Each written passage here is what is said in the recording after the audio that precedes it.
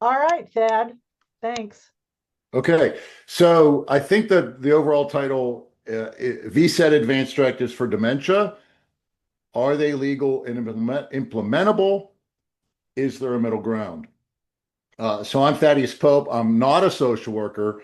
I'm a law professor and a bioethicist. So VSED is on the radar screen of the American public, of your current and prospective long-term care residents today in a way that it's really never been before. Just to give you an example from where I am here in Minneapolis, this is Cheryl Hauser. Uh, and in June 2019, she was diagnosed with Alzheimer's disease. And she quickly determined that she did not want to live into the late stages of that disease. And therefore, what she did was in June 2023, she voluntarily stopped eating and drinking, VSED. And her case really shone a spotlight onto VSED as an end of life option because her case was covered by our local newspaper, the Minnesota Star Tribune, Minnesota Public Radio, TV stations, and a lot of other media. And I looking around, I see that more attention has been shown on VSED, all in your community too, right? So all across the country by media, it's increasingly included in obituaries. So it just has a higher profile. And because of that, really, I think it's time to get ready for an increasing number of demands for VSED. So here's the roadmap for my section today, just in four parts. What is VSED? What are the limits of VSED? And then to move to the real focus, VSED by advance directive and VSED by substitute decision maker or surrogate decision maker. All right, so what is VSED? So it's an acronym VSED, voluntarily stopping eating and drinking, VSED. So this is done by a patient with decision-making capacity. They're able to take food and fluid by mouth, but they make a voluntary decision to stop doing that. So the patient says, no food, no water, no thank you. And this is different than refusing artificial nutrition and hydration or clinically assisted nutrition and hydration. It's different than the natural loss of appetite at the very, very end of life. This is a deliberate choice to stop taking fluids by mouth. And the goal, the intent, the motive in doing that is to cause death from dehydration. That will happen. We all need water. And typically it will happen in 8 to 14 days. These deaths are reported to be peaceful and comfortable. There's a lot of evidence on that. Just for the sake of time, I'll just give you one study. This is from the New England Journal of Medicine. And in the study, 100 Oregon nurses were caring for VSED patients. And the nurses reported that most of those deaths were, quote, peaceful with little suffering. And that data is confirmed even just this year in studies out of Switzerland, the Netherlands, and Germany. So that's just a quick piece of the patient experience with VSED. Next point on it is VSED is legal. There's a sizable, settled, and stable consensus on that. There's a lot of court precedent, multiple appellate decisions. So if you ask, is VSED legal? That's been asked and answered. Plus, we don't really need direct, explicit, on-point authority for that because it's clearly already legal under existing rules. It's built into the Minnesota Federal Hospice Bill of Rights. everybody has a right to refuse treatment. Um, and this is true in in Minnesota, in Iowa, in New York, in your jurisdictions as well. We all have a right to refuse treatment. Now, often when that's articulated, we're talking about mechanical ventilation or dialysis or CPR or antibiotics or feeding tubes. But that right to refuse treatment also includes a right to VSED. Why? Well, it's not do it yourself. It's part of a broader treatment plan that is supervised by licensed healthcare professionals. And it is recognized, VSED is recognized as healthcare by healthcare professionals. We have a lot of professional society position statements from the American Nurses Association, from the American Medical Women's Association, from AMDA, the Society for Post-Acute and Long-Term Care Medicine, and the American Academy of Hospice and Palliative Medicine. So those are just some US societies, and then there's a number of European societies as well. We also have more clinical practice guidelines on VSED. This is a really good book from a number of Dutch healthcare societies.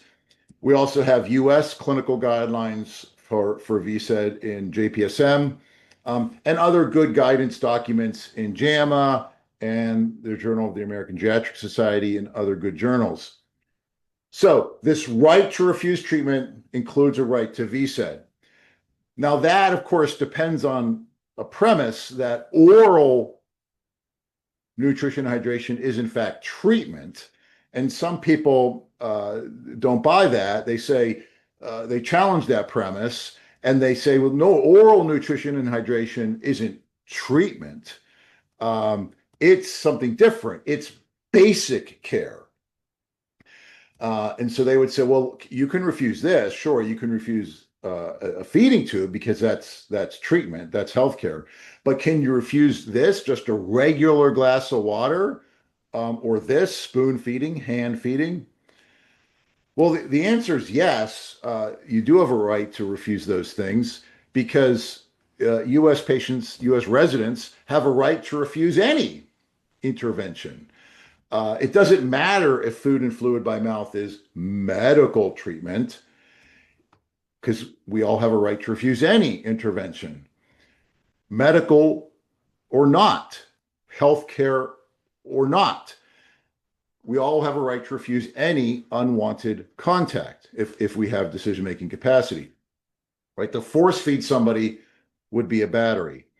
As former Chief Justice Rehnquist put it, your bodily integrity is violated just as much by sticking a spoon in your mouth as it is by sticking a needle in your arm. On top of that, if you look at the Medicare conditions of participation for hospice, right, in the federal regulations, they're clear that a patient has a right to refuse care or treatment. And this has been embodied in a lot of hospice policies and procedures, like this large New York hospice, which recognizes that VSED is an ethical and legal option. And they actually say why. It's because there's a well-settled right to refuse any unwanted intervention. So just to recap this part, VSED is recognized as being both legal and ethical. But there are some limits to VSED, right? So in the context of dementia, and as you know, 6 million Americans have Alzheimer's and another million Americans have some other form of dementia, right? That's 1 in 10 people over 65, 1 in 5 between 85 and 89, and 1 in 3 over the age of 90. So significant prevalence and growing. There's a big fear of dementia in America. In poll after poll, survey after survey, when you ask people 60 and older, 70 and older, what are you most afraid of? Dementia is always at the top of the list, like above cancer, above money problems, above everything else. It is the most dreaded diagnosis. And many have used VSED to avoid living into late stage dementia. So like Cheryl Housley, who I started with, but other people, there's whole books about this. People have written whole books about their family members' use of VSED to avoid living into late stage dementia, like these two books, these two books, and these two books, and there's more. But there is a timing problem with this, which is that you have to start VSED while you still have decision-making capacity. And so what that means is it's not such a great option for people. It means that you have to VSED too soon at a relatively early stage of dementia while you still have capacity. Well, at that time, your life is still worthwhile in your judgment. So there's an earliness problem. Now, some people say, oh, I can get around that. I can circumvent that. I'll VSED right before I lose capacity. Sometimes this is called the 10 minutes till midnight approach. So if you're going to lose capacity at midnight, you'll do the VSED at 10 minutes till midnight. Okay, but the problem with that is it's a very risky approach because it's hard to prognosticate exactly when you're going to lose capacity. And that window of opportunity can shut suddenly and you miss it. So people say, okay, I recognize that risk. I'll back it up a little bit, build myself a little bit of a buffer. Well, now you're leaving even more good lifetime on the table. So again, the problem is one of premature dying. Your current situation now is still acceptable to you. So VSED is not a good option for you at this time. You're not ready to die because what you're really worried about is not the now. What you're worried about is what's going to happen in the future. But you're going to lack capacity at that future time. So it's a dilemma, right? You're really faced with a tough dilemma. It's now or never, and now is too early.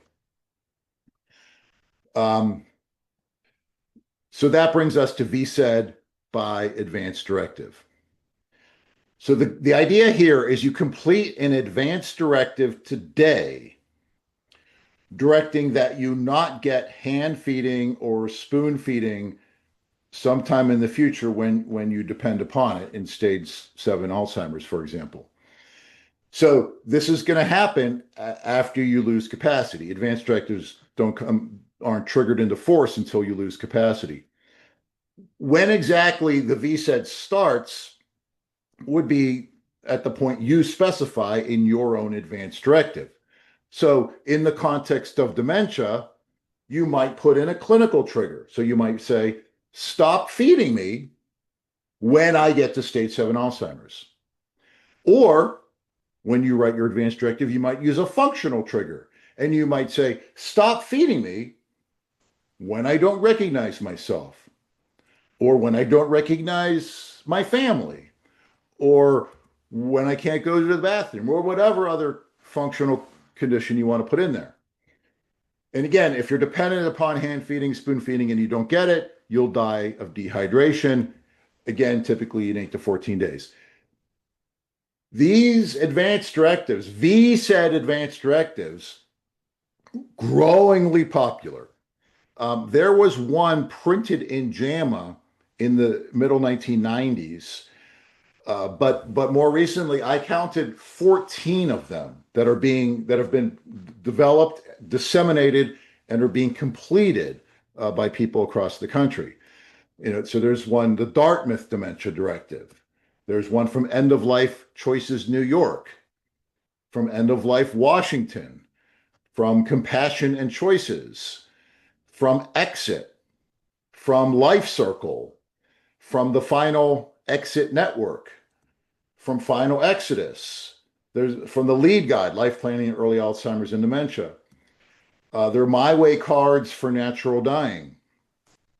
In Nevada, the official state advance directive form has a dementia addendum that has a VSED option.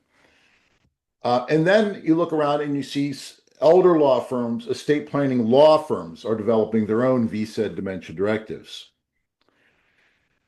We have one in the appendix to our book on VSED, and we published another one at the Northwest Justice Project. So just to recap here, a lot of VSED directives are being completed, right? There's a big interest in these. So that raises the question, are these things legal? Well, I'm going to use a traffic light here, red, yellow, green, to sort of summarize the situation. So green is go, right? Green is go ahead, proceed. These are okay. They're permitted. So in Nevada, like I said, the official state advance directive form offers the VSED option, so clearly recognized in Nevada.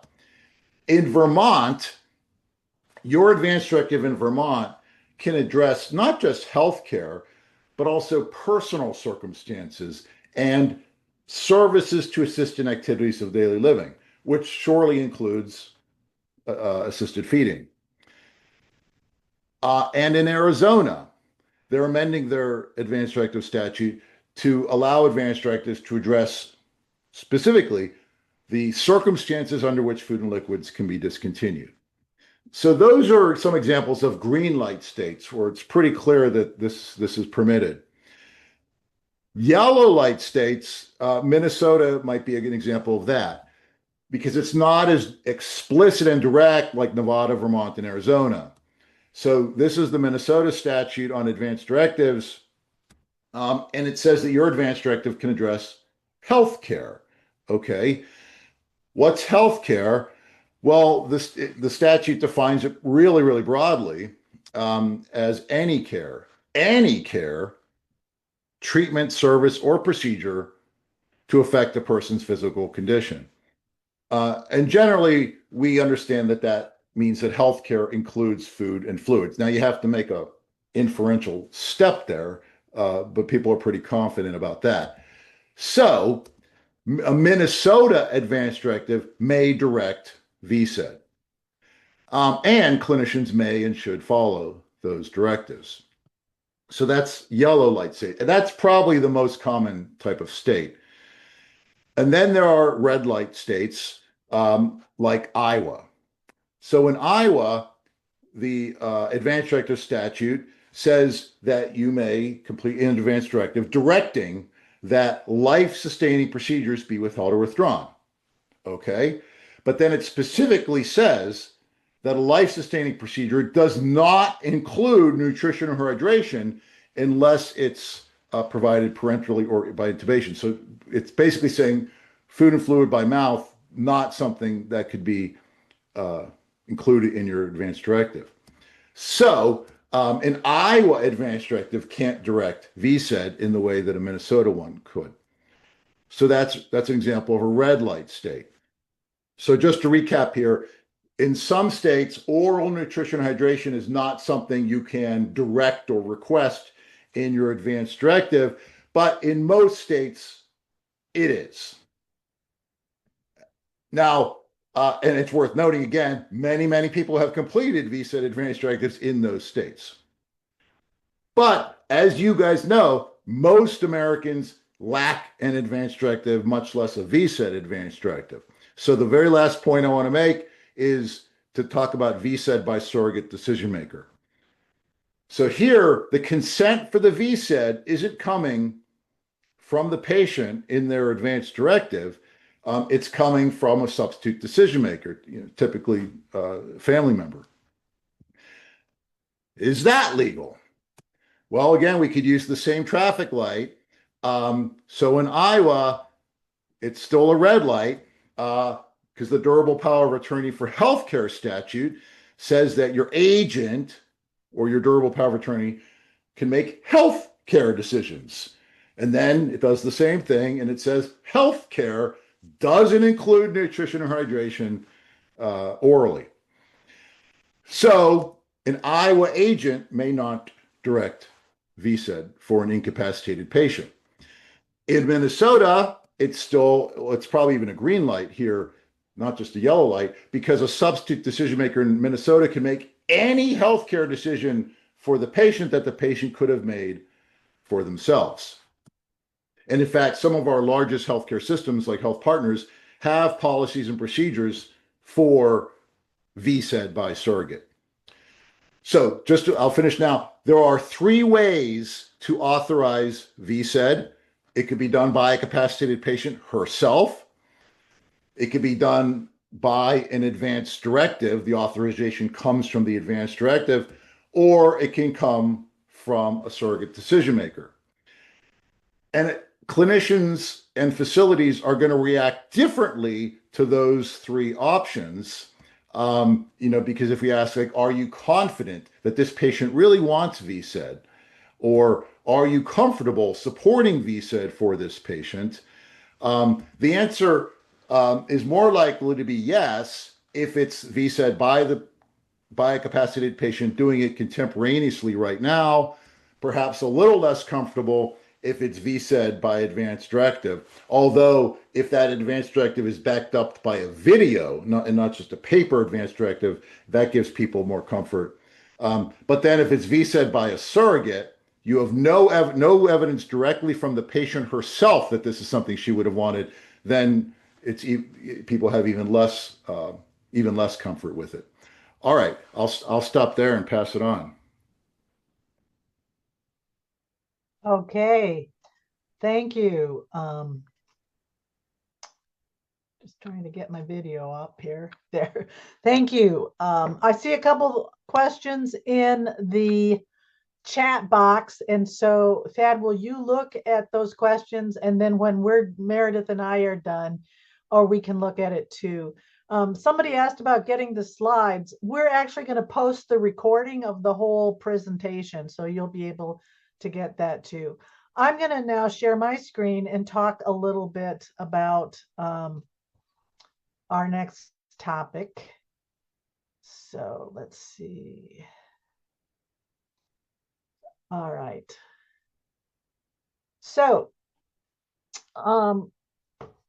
Thad talked about VSED, and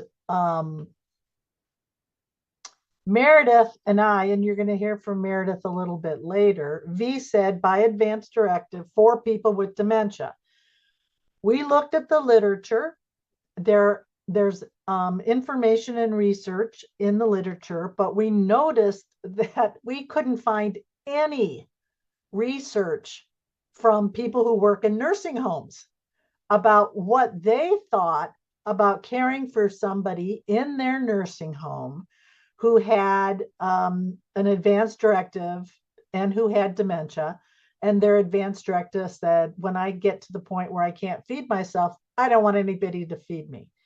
So because as you know, social workers look at the person in the environment, how does this environment affect this person's choice, and how is the person impacted by the environment they're in? So we did a little research study, and I'm just going to talk real quickly about this research study because this is not a research conference, but I just want you to know that what processes we went through. And then Meredith, the next speaker, is going to tell you the results, and then that's also going to bring it to the next topic, which is minimal comfort feeding, a new option for end-of-life feeding for people with dementia.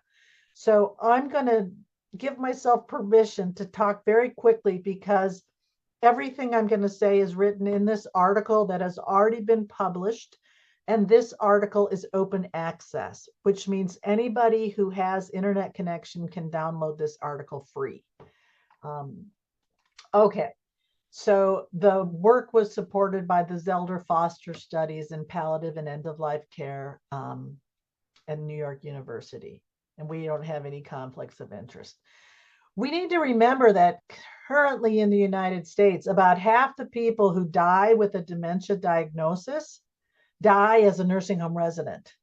And so you're probably seeing that in your nursing home. A higher number of your beds are going to post-acute care, the Medicare reimbursed part, and then also to dementia care.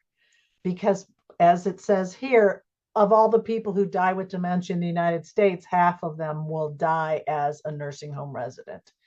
So we were interested in determining what are perspectives from the nursing home staff about implementing a dementia-specific advance directive that had the option of no assistance with feeding once the ability to self-feed is lost. Okay, so when these interviews were taking place with nursing home staff, we showed them the FAST scale, and we asked them to think for the rest of the interview about a FAST dementia score of 7A. So Thad talked a little bit about this FAST scale. It's a functional assessment staging tool by Barry Riesberg. It's commonly used in hospice. I'm not sure how commonly it's used in nursing homes, but in hospice, it's very common. And it talks about different stages of cognitive impairment. And stage 1 is normal aging. And then it goes through, you can just see right here, the person needing more help over time. And by the time you get to 7A, which is also called severe dementia, the person's probably speaking 5 or 6 words a day, maybe 1 word clearly. And then as you go down these 7s, they're not able to sit up by themselves. They're not smiling. So when we're talking about these advanced directives, at least when we were talking with our study respondents, we said, we're not talking about people with mild cognitive impairment or even moderate dementia. We're really talking about here at the very end of the experience of dementia, starting at 7 on the FAST scale. And we asked the respondents to keep that in mind. We took language as part of our study out of 2 of these advanced directives that Thad had just told you about. So we looked at the Dartmouth Advanced Directive for people with dementia. This was their 2021 version. And then we also looked at the Advanced Directive of End of Life New York.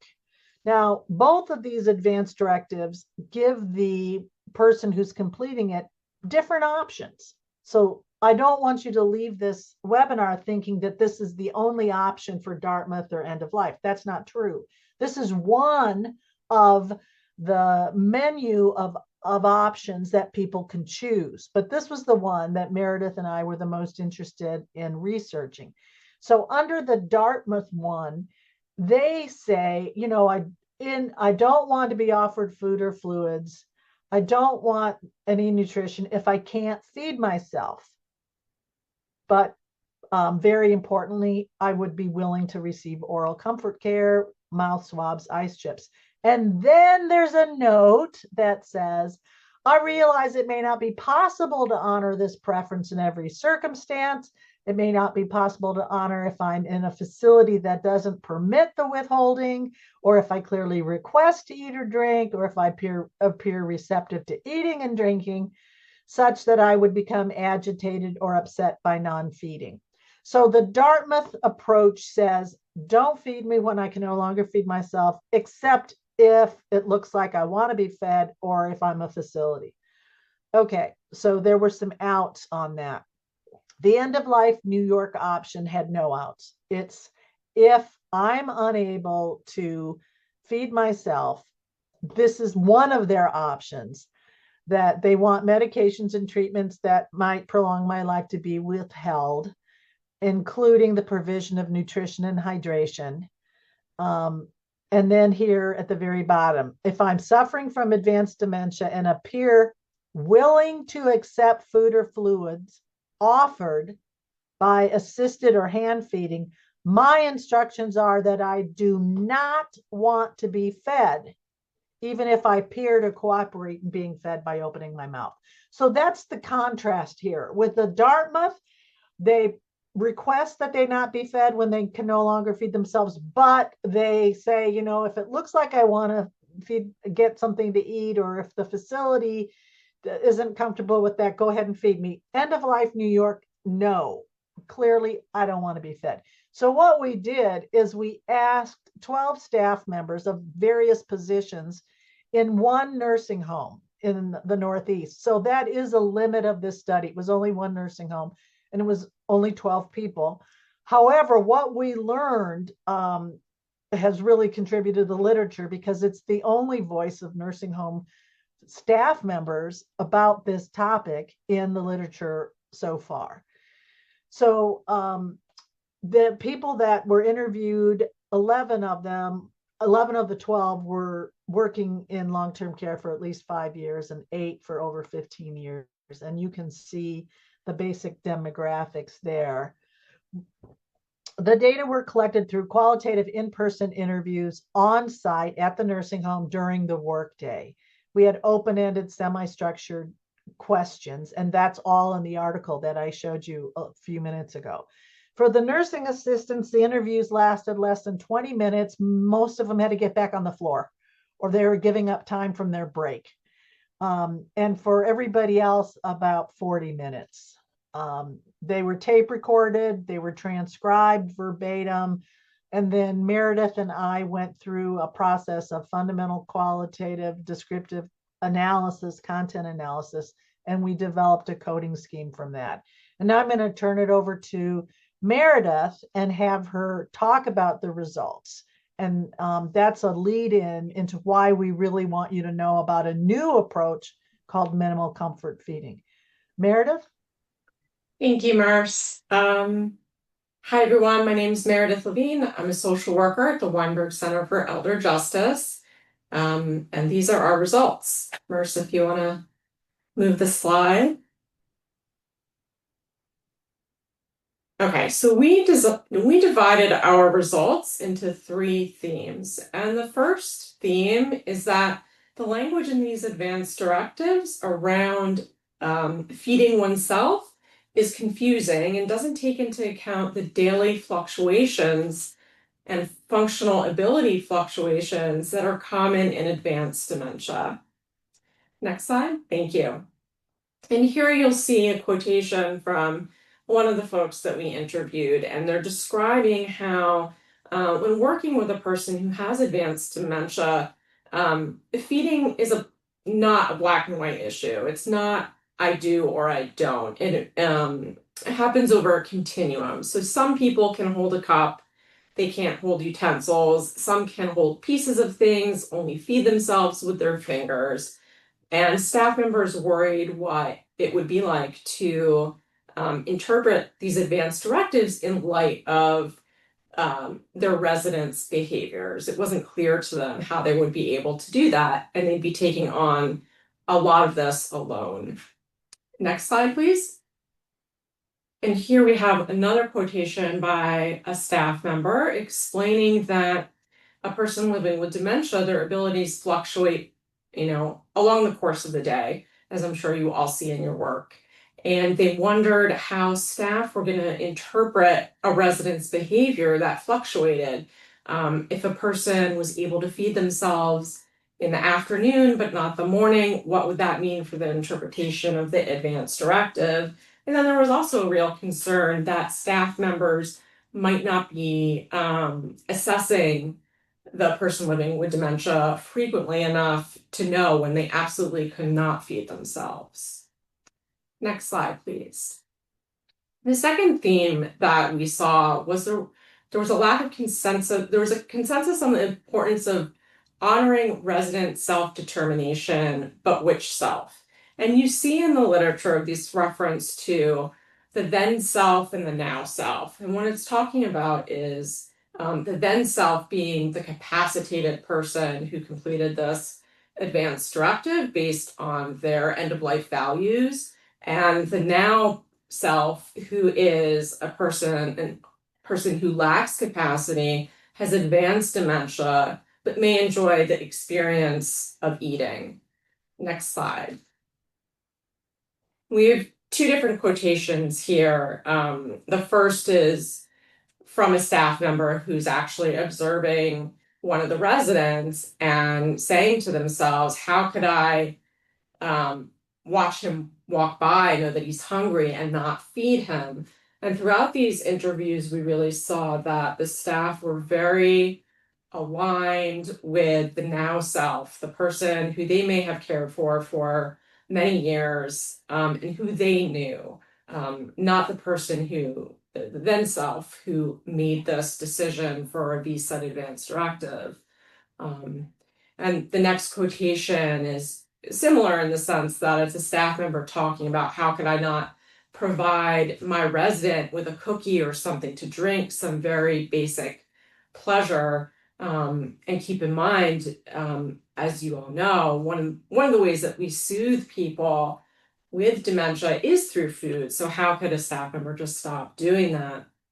And then this staff member is also reflecting that this person maybe completed an advanced directive years ago. How do I know that they really understood what advanced dementia would look like and that they would be depriving themselves from such a simple pleasure? Next slide. And the third theme, which is the largest theme, is the potential for harm to residents, to their families, to nursing home staff, and to also the institution. So harm for the resident, there were concerns that mealtime, what would that look like for the resident? Would it mean that they're in their room, isolated and not having the social experience of eating in a dining room?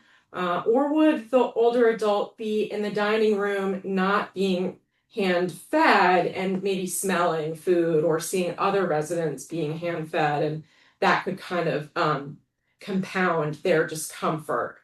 There were a lot of concerns, of course, about causing the residents discomfort or hunger or thirst. And there were also concerns that these advanced directives could be used as tools of financial exploitation. And we have a quotation here from one of the staff members talking about, family members maybe using undue influence to pressure someone to sign one of these advanced directives so the estate won't be dwindled by the cost of a long-term care facility. Basically, how fast can I get to the will, the staff member said. And then there were concerns about the harm to families, and this was about maybe a family member not being aware of these advanced directives, or a family member not understanding what a VSED process would look like, or being uncomfortable with the VSED process. And here you see another quotation where staff members reflecting what it would be like for a family member to kind of walk upon this VSED process starting. Next slide. And then there's the potential harm for the staff, which we focus a lot of our article on. We identified that following these VSED advanced directives for some staff could be a violation of their religious beliefs. One staff member summarized it very succinctly. For me, that would be a sin. It could be a violation of their core values or even social norms.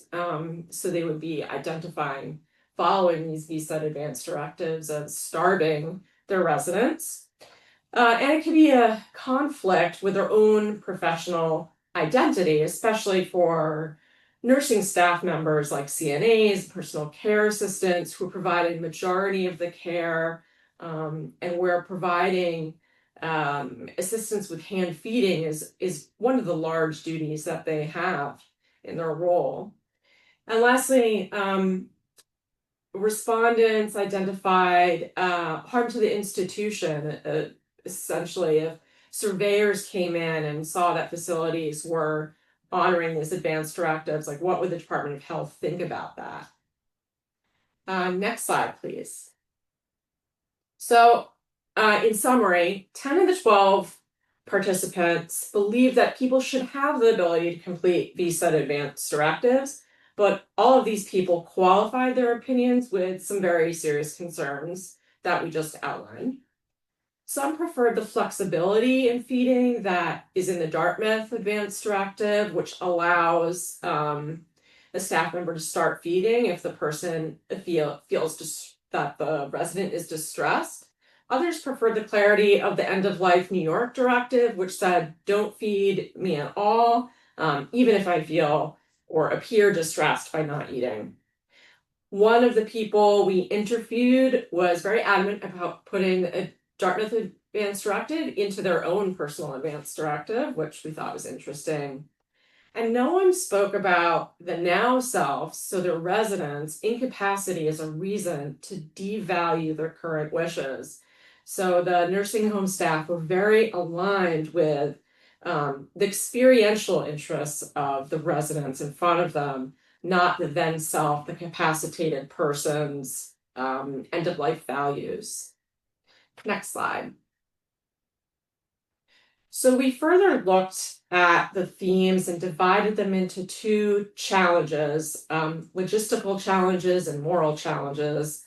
The logistical challenges I've spoken about a lot already. Staff struggled to understand the documents and what it meant for someone to be able to feed themselves. They wondered what would happen if a resident didn't know what a utensil was, if they could chew but not swallow. They were also much more used to thinking about advanced directives that requested no feeding tubes, so that was a bit of a change for them. And they wondered if all parts of the ability to feed oneself had to be absent in order to start implementing these directives. Next slide. They also wondered what it would be like to work with someone in dementia who had fluctuating abilities like we always see, and how should staff respond to that. They wondered if there would be medical orders in place. Would a resident with a VSED Advance directive be NPO? Next slide. And lastly, we saw that there are no best practices in existence. So each nursing home in the United States would have to figure out on their own internal policy for implementation. And given that nursing homes had 3 different shifts and very high turnover, there has to be really good communication between all the staff members about these advanced directives and how they would be implemented. And that seems like a big logistical challenge, not insurmountable, but a big logistical challenge for facilities. Next slide. Moral challenges, the perceived harm to the now self vastly outweighed the then self-determination. There was concern about participating in starvation. And then we really saw that CNAs would be the discipline that's most involved with implementing these advanced directives, and it could be perceived as a moral injury, a betrayal of what's right by someone who holds legitimate authority in a high-stakes situation. So the CNAs would be at risk for moral injury. And when we think about CNAs, we know that 90% of nursing home assistants in the United States are women, 20% are immigrants, over 50% identify as a racial minority, and 36% are relying on at least one form of public assistance. So it's a group of people who we can say generally have already experienced a lot of oppression. So what does it mean for us also to be exposing them to potential moral injury through implementing these advanced directives that may be a violation of their religion, their values, social norms, and also their professional identity. Next slide, please. So in summary, it would be problematic to implement these directives in nursing homes. Staff want to provide care consistent that's with a person's wishes. They don't want to force feed and they don't want to withhold food when a resident appears hungry or appreciates food. Next slide. We believe that nursing home staff members need to be at the table when coming up with these dementia-specific advanced directives so that they can be more implementable. And again, half the people living with dementia in the United States are dying in nursing homes. Next slide. That brings us to the question, is there an acceptable compromise? Maybe. So earlier this year, this article came out. It's open access. I encourage you to read it. It's a great article. It's called Mr. Smith Has No Meal Times, Minimal Comfort Feeding for Patients with Advanced Dementia. The lead author is Hope Wechkin. She's a medical director and physician at a hospice and home care agency in Washington State. and her co-authors, you can see here, one of them is Thaddeus Pope, and they describe an alternative approach to feeding with severe dementia as a possible alternative to VSED, and also as an alternative to comfort feeding only, which we'll talk about in the next slide. So comfort feeding only is probably what you're familiar with. It is the standard of care for feeding with advanced dementia, and it means you're feeding someone no more food or water than is comfortable. The person is still having scheduled meal times, they're still having supplements. The nutritional goals are prolonging life. It's not goal concordant with VSED by Advance directive, where you're trying to limit your a person's life with living with advanced dementia. And comfort feeding only came about as a response to tube feeding, as a more comfort-based approach. Hope and her colleagues are suggesting something different. Minimal comfort feeding is only as much food and water to ensure comfort. There are no scheduled meal times. If your resident is sleeping, you let them sleep. There's frequent oral hygiene. Medication is given to relieve hunger and thirst, and it's considered goal concordant with VSED by Advance directive, because the goal isn't to prolong life. In fact, it's the opposite. It's to hasten death. Next slide, please. And so here's a graph or a chart that you see in Hope's article. It explains the differences between comfort feeding only, minimal comfort feeding, and VSED Advance directives, which is the same thing as stop eating and drinking by Advance directive. So with comfort feeding only, no more food and liquid than is comfortable. The resident doesn't have to have previously expressed a wish with avoiding living with advanced dementia. It's not goal concordant with VSED Advance directive, and it's really the standard of care for people with advanced dementia. Minimal comfort feeding is only as much food and liquid as is necessary to avoid discomfort. And in the next few slides, you'll see this algorithm that Hope and her colleagues have created to explain exactly what that process will look like. And this is an appropriate method for feeding, they argue, for people who have expressed a wish to avoid living with advanced dementia. Now, it's not an advance directive. This isn't something that someone may have put into writing. The time until someone dies is weeks to months, so not years. So it might be with comfort feeding only. And then you have the VSED Advance directive on the far right. This is for someone who has completed Advance directive, and the time until death is days. Next slide. Okay, so here are Hope Wechkin's and colleagues' instructions for minimal comfort feeding, and it's broken into 3 parts. This is the standard routine minimal comfort feeding care that you see right here. And I'll read the steps. You're going to apply moisten oral sponges and lip lubrication every 4 hours while the patient is awake. You're not waking up your resident. You're brushing teeth, gums, and mouth up to twice a day. You're providing social contact and therapeutic touch at least 4 hours while the patient is awake. If the patient falls asleep, you're not awakening or cajoling them into eating or drinking. When the patient next awakens, you begin the first step in routine MCF care. So you're applying moistened sponges to the person's lips. Next slide, please. And this is the approach to potential thirst. So if the patient appears awake and uncomfortable, despite medical management for pain, anxiety, or agitation, and you've completed step number 1, you move on to this step. So you're providing some sensory distraction. That could be music, fidget blankets, aromatherapy, or maybe ambient sound. You can provide additional mouth sponges or frozen drops of coconut oil, frozen teething rings, or frozen wet washcloths. And then you provide up to 2 ounces or 60 cc's of fluid. You do not provide more fluid than the patient accepts.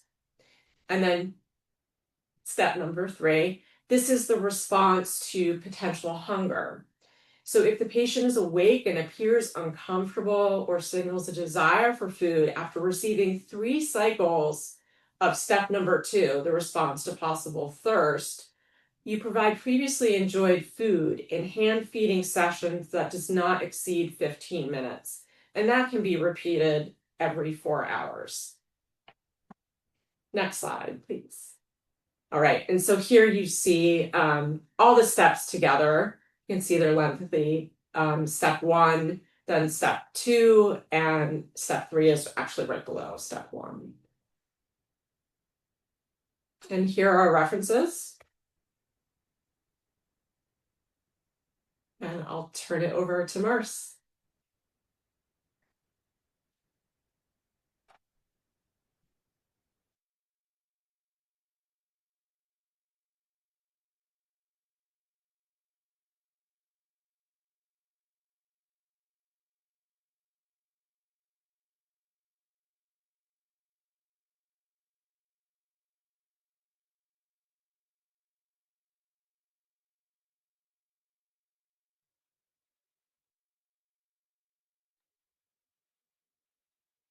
I think there are some questions in the chat. Let's see.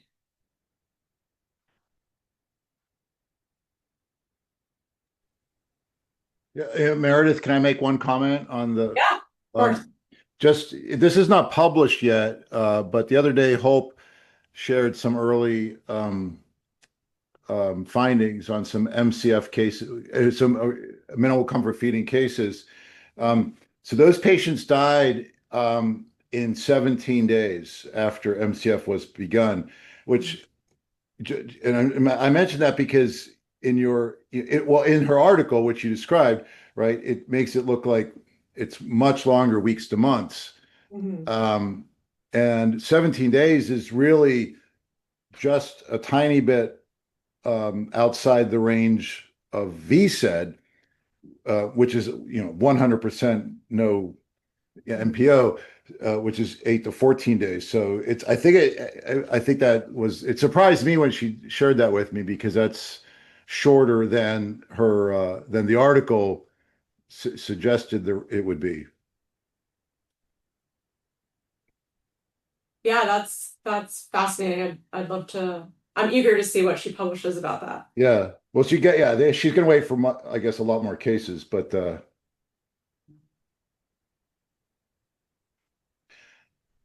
I see Merce shared the link, which I guess is right. We're hoping that people complete the survey there. Yeah, we're hoping that people will complete this survey so we can continue to study this topic. You can either hit the link that was in the chat screen or hit this. And if you're going to hit this, go ahead and do that, because I'm going to take this down pretty soon. All right. And the other thing I wanted to say is, if you don't have time to stay for the discussion, but the 3 presenters will stay, please, if you want a certificate of attendance right now, type in yes and then the name you want on the certificate. And so I'll compare the people who put yes in their name at the beginning and yes at their name at the end, and I will email you a certificate of attendance with your name on it. All right, so I'm going to stop sharing and go back to any kinds of questions or comments. There's a question: do you advise that we only use VSED directives obtained through sources in our own state, or is there a VSED clearinghouse? The general rule, right, is you don't even have to use any type of advanced directive, right, from your own state. Right. So the biggest example would be 5 wishes, which is a very popular type of advanced directive, it's used all across the entire country. So generally, the rule is most states don't require that you use any specific type of form or document. It just has to comply with certain procedural things, like it has to have your name and your and has to have one or two witnesses. So as long as you comply with the procedural formalities of what constitutes a valid advance directive in your state, you can use any. So probably any of the ones I mentioned could be used anywhere, right? So even though end of life choices New York, maybe they developed it primarily for New Yorkers, but you don't have to be a New Yorker to use that that form. So the answer is no, right? You don't have to use one that was developed for your specific state. And also remember that VSED is different than VSED by advanced directive. So with regular VSED, the person has decisional capacity and they can decide. VSED by AD is I'm developing this now while I have decisional capacity, and when I can no longer make decisions, I'm telling you what I want. So those are different, and the state laws will be different. Yeah, there's one tricky. We don't need to get into this, but there's even with regular VSED, right, where you start it with capacity, it's under your control, and you even then, at some point during the VSED, you're going to get delirious from dehydration, and so then there's this question. Well, you're no longer. What do we do then, right? Because you're no longer able to direct the VSED yourself. So it's important, even with a VSED that starts as regular VSED with a capacitated patient, it's important for her to have an advance directive to confirm that the VSED should continue when she loses capacity to direct its continuance herself. Somebody asked a question about a post. I mean, I could share the screen, but generally post, I've never seen a post, right? Generally, it just addresses CPR, intubation. It only, it doesn't, I've never seen a post that asks for VSED. The main explanation would probably be that it's not, posts are for urgent situations, primarily CPR, right? And given the incredibly long duration of VSED, whether it started with a capacitated patient or whether it started by an advanced directive, it's not that time sensitive and urgent. So I don't know that there's any move to even put it into posts. But the good news is that posts used to always say, there used to be a little box, and it used to always say, always offer food and water by mouth, which sort of suggested that it's actually saying if you had a post and you were VSED, that the post would actually undermine the VSED plan. But now most posts, if you look at them, they say offer food and fluid by mouth if feasible and desired. And I think that's actually a recognition that some patients are going to be having VSED, but they also want a post because they don't want to be resuscitated or anything else. So I think posts at least, it's not a way to ask for VSED, but posts now accommodate VSED so that they don't actually contradict or undermine your VSED plan. Thank you. Yes, that's very helpful. Other questions or concerns? I see somebody put in the chat box the advanced directive that they like and think others would like. So if you want to look at that, you can look at that. And I'm reposting the link to the survey. If people are going to have to leave, I want them to make sure they have that chance. Other questions? Let's see, there was another question. Yeah. So, the other thing I want to talk to you, because you're social services and social worker staff, is that it's really important to have these conversations with the family or whoever the surrogate decision makers are going to be also. because the person with advanced dementia is not going to be the person complaining to you, because they're so far into the advanced dementia. And you want the family as part of the care team.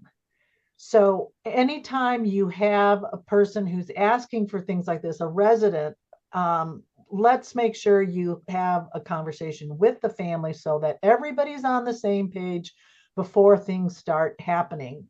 I think that would really save you a lot of time and grief. And that's in part why we wanted to give you this full spectrum of the advanced directives in general, VSED, and then VSED for people with advanced dementia, and then the minimal comfort feeding. People have options, but it's best to try to get folks on the same page ahead of time. And another thing the social workers can be doing is helping the resident and the family get their questions together for an advanced practice nurse or for a physician, because each resident's health profile is going to differ. And depending on what else they have in addition to Alzheimer's, most people don't have just dementia. By the time they get to be 80 or 90, they've got multiple chronic conditions. Things may look a little bit different. So helping families get their questions lined up, maybe doing some role playing, doing some coaching with families, giving them some language, letting them try it out. This can all help your social work practice. Okay, let's see. All right, so those of you who put in yes and your name at the beginning and the end, I will be sending out a certificate of attendance within the next week. Oh, I'm going to need your email. Oh, gosh. Yeah, otherwise, how am I going to send it to you? Yeah, so put your email in there too if you want the certificate. And people will probably, who left already, will probably contact me, and I'll keep the chat myself and go back. I'm sorry about that. Also, if you have any ideas for other topics, we'd love to see what those topics might be. Yeah, sorry that I forgot to put the email in there before, but I'll need the email to get the certificate to you. Meredith or Thad, do you see anything else in the chat box that you want to address right now? Well, it's interesting. Some people wrote, oh, which is true, which is pulse forms have like a little space, like a box where you can put free text, so most of a pulse form is just check boxes. It's pre-populated and you either check yes, no for different things, but there is some space for free text. So you could write in a VSED order or MPO order into the pulse. But then I'm reminded of all the points that Meredith made, which is what exactly, how do you write the order, right? And I mean, so what exactly is it that we're not going to do? Are we not going to bring them food? Are we not going to help them, with the spoon, or they can pick up the spoon, but they can't? Like, so what exactly is it that we're going to do, and what exactly is it that we're not going to do? And so the points that Meredith make me think that the orders are going to have more specificity than there's space on a pulsed form to explain what exactly the order is for the nursing staff. Does that sound right, Meredith? Maybe. Yeah. Well, what if they put in there, would like to follow minimal comfort feeding? Well, because there is a protocol for minimal comfort well, feeding. yeah, I guess though maybe if you put in the site to that article, because minimal comfort feeding is brand new, right? So it's a sort of a concept or a pathway that's not, have not been trained on that. So you could write that, absolutely, but I don't know that many people would like, well, what is that? How do we do it? Yeah, that's a good point. Maybe you write do minimal comfort feeding, and then you write Wechkin, and then you put the DOI or the site to the JPSM article or something. Yeah. Other questions or concerns? I do see that one person writes, in my experience with hospice, food and feeding hydration is a very sensitive subject for family members. I agreed. Yeah, it's the meaning making. And so is the meaning making, this is how we care for people, or is the meaning making, we're helping this person abbreviate a stage of dementia that they don't want to experience? And it looks the same thing, but it's framed very differently.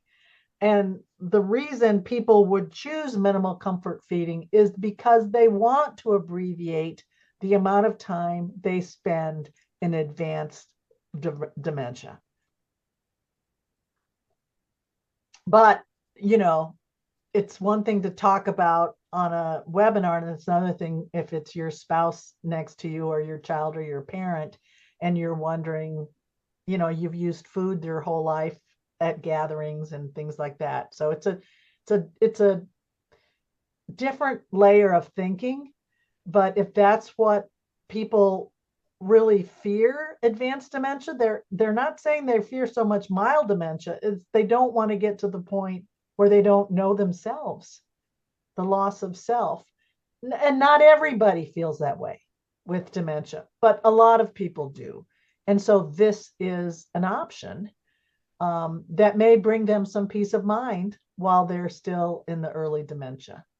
It's not for everybody, but it should be an option for people for whom this is really important. Why? In part, to avoid people stopping eating and drinking while they still have the capacity to do that. As Thad was saying, some people then choose to end their life while it could still be enjoyable because they're afraid they're going to get stuck in this very advanced dementia where they don't know themselves, they don't know their family, and that is not something they want to experience any longer than they have to.